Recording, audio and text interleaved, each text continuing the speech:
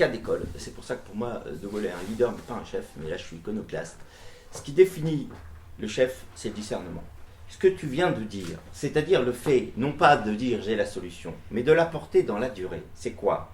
C'est par étapes successives, dans un contexte qui n'arrête pas de bouger, d'être capable de saisir le nouveau centre de gravité de l'action pour embarquer les gens. Plutôt que d'incanter un sommet final visible et enthousiasmant, sans donner la vision des cols et des points d'étape. De Gaulle, ce qui est très intéressant, c'est qu'il a été ce phare, mais un phare c'est un peu fixe, hein, il a été ce phare vers lequel on est allé en 40 à juste titre, il a été ce phare des années 60 dans lequel la France avait besoin de se distinguer par rapport aux deux blocs, mais dans les changements brusques de contexte, il n'a pas su produire ce discernement qui a permis une continuité de l'action.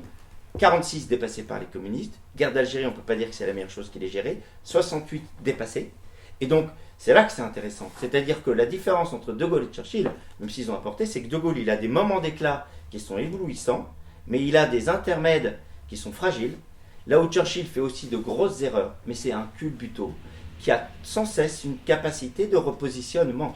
Et donc, tu vois, moi je dis qu'il y a trois formes de leader. Il y a le leader centripète, qui emmène tout autour de lui. Le modèle de cas d'école, c'est Sarko. C'est-à-dire, tout tourne autour de lui, mais s'il disparaît, il ne reste plus rien. Il suffit de voir les Républicains en France, c'est le trou noir.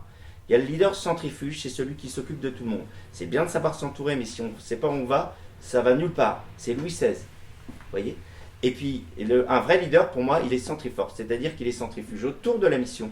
Son cœur de sujet, c'est d'embarquer les gens. C'est sans doute la notion qu'on peut aussi évoquer là. Ce que tu évoques de dépassement collectif permanent, c'est la mission, mais c'est quelque chose d'actualisé. C'est l'intelligence des étapes plus que l'intelligence du sommet, mais c'est une capacité de discerner par étapes et de mettre tout le monde en orbite sur la mission. On peut mission. dire qu'Hollande était centrifuge, pourtant la gauche, elle ne reste plus grand-chose. Hein. Hollande